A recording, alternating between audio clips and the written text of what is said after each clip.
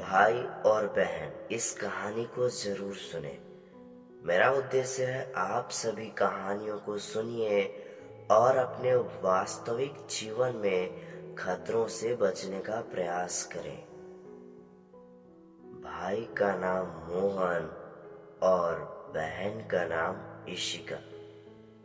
मोहन अपने बहन इशिका से बहुत प्यार करता था, इसलिए मोहन सदा अपनी बहन इशिका को सुरक्षित रखता था। मोहन और इशिका एक ही साथ एक ही वर्ग में थे। मोहन बिना कुछ बताए अपनी बहन इशिका को वर्ग 9 और 10 में सुरक्षित रखा। वर्ग 10 के बाद मोहन अपनी बहन का पढ़ाई बंद करा देता है, क्योंकि मोहन सोचा कि यदि ये पढ़ेगी और इसका विवाह भी हो जाएगा तो ये जीवन में कुछ कर कैसे पाएगी अलग। इसलिए मोहन अपनी बहन इशिका को एक मोबाइल देता है और अपनी बहन को वीडियो बनाना सिखाता है ताकि वो पैसे कमा सके, अपना एक अलग पहचान बना सके। क्योंकि मोहन ये सोचता था कि मुझे ऐसा कुछ करना है जो शायद ही किसी भाई ने अपनी बहन के लिए किया हो, क्योंकि सभी अपने बारे में सोचते हैं। मोहन इशिका को सिखाता है, वो धीरे धीरे सीख जाती है और पैसा कमाना शुरू करती है। इशिका जहां भी जाती मोहन वहां अवश्य जाता था। अब प्रश्न ये उठता है कि जब मोहन अपनी बहन इशिका पे इतना विश्वास करता था तो उसके साथ क्यों जाता था?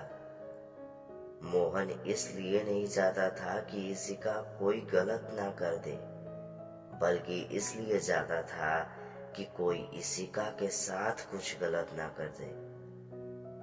मोहन अपनी बहन को सभी खुशियां देना चाहता था, लेकिन कुछ ऐसा हो जाता है कि इशिका अपने भाई से बातचीत करना ही बंद कर देती है। इशिका यदि कहीं जाने को कहती तो मोहन उसे जाने से मना कर देता था।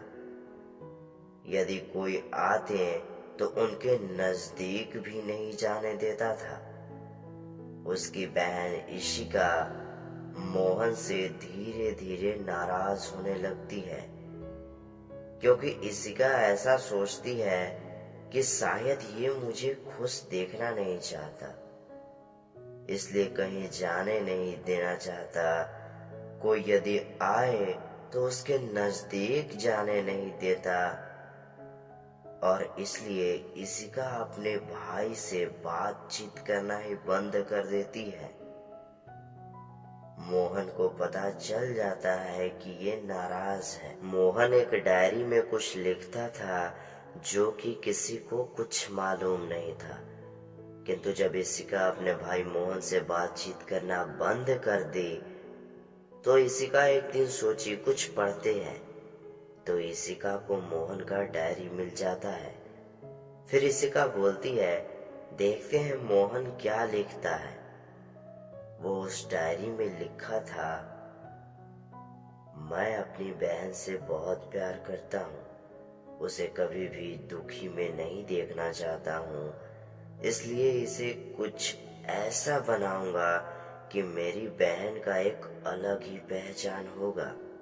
मेरी बहन इशिका कभी कभी रूठ भी जाती है, क्योंकि मैं उसे कहीं जाने नहीं देता हूँ, और यदि कोई आए तो उसके नजदीक भी जाने नहीं देता हूँ।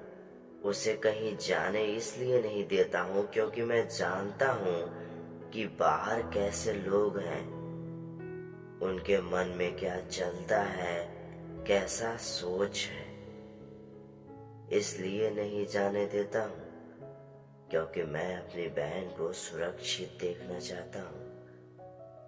कोई आए तो उसके नजदीक नहीं जाने देता हूँ, क्योंकि मैं जानता हूँ कि जब कोई लड़की किसी लड़के के करीब जाती है तो कैसा फील होता है, मन में कैसे विचार आते हैं। इसीलिए कहीं जाने नहीं देता हूँ और किसी के नजदीक भी नहीं आने देता हूँ और वो रूठ जाती है, लेकिन इसमें उसकी भी कोई गलती नहीं है।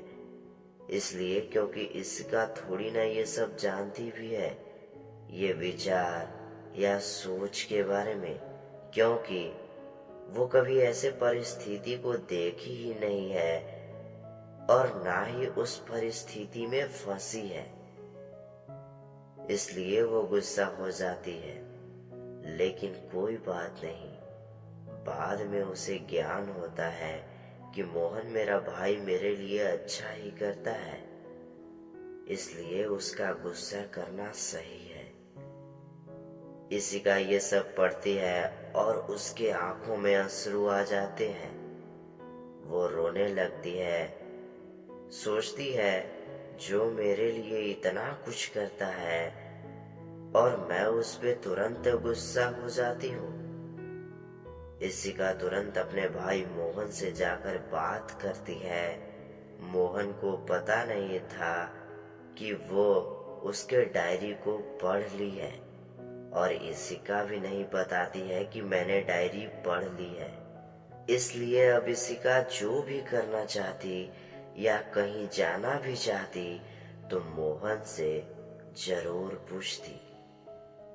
इस कहानी से हमें ये सीख मिलती है कि अपने भाई पे विश्वास रखिए। वो जो भी करेगा आपकी भलाई के लिए ही करेगा। सोचिए, जीवन आपका है, फिर भी आपका भाई सदैव आपके जीवन के बारे में सोचता है, सदैव आपको खुश देखना चाहता है। इसलिए ऐसा कोई काम ना करें जिससे आपका सर नीचे हो जाए, और जो भी करे अपने भाई से सलाह लेकर करें, क्योंकि बहुत नसीब वालों को मिलते हैं ऐसे भाई जो अपनी बहन के बारे में इतने आगे की सोचते हैं। तो स्मरण रखिएगा हमारी कहानी को, कोई भी निर्णय लेने से पूर्व सोच विचार करना अति आवश्यक है।